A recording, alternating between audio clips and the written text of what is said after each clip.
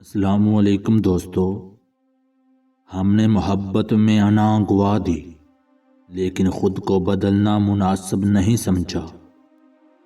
آپ کی آنکھیں اکثر وہی لوگ کھولتے ہیں جن پر آپ آنکھیں بند کر کے بھروسہ کرتے ہیں۔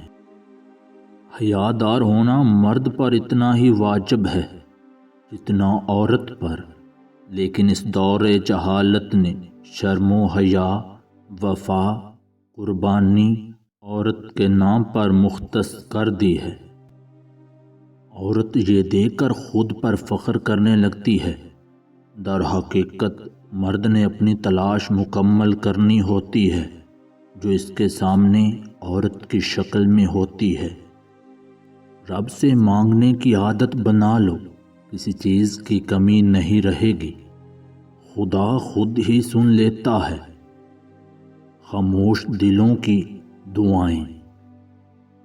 جو شخص چاہتا ہے کہ مصیبتوں میں اللہ تعالیٰ اس کی دعا قبول فرمائے، اسے چاہیے کہ عام حالات میں بھی اللہ رب العزت سے کثرت سے دعا مانگے۔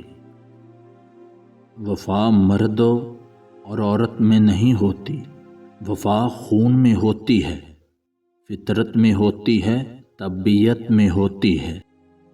غدار ہمیشہ دوستوں میں ہوتے ہیں۔ اگر کسی کے خوف سے نجات چاہتے ہو تو تمہیں یاد رکھنا چاہیے کہ خوف کا گھر تمہارا اپنا دل ہے، نہ کہ اس شے میں جس سے تم خوف زدہ ہو۔ جو اہل علم ہوتا ہے اس کے علم کی پہچان زیادہ علم سے نہیں ہوتی بلکہ ان باتوں سے ہوتی ہے کہ وہ دل دکھانے والوں سے کس قدر نفرت کرتا ہے۔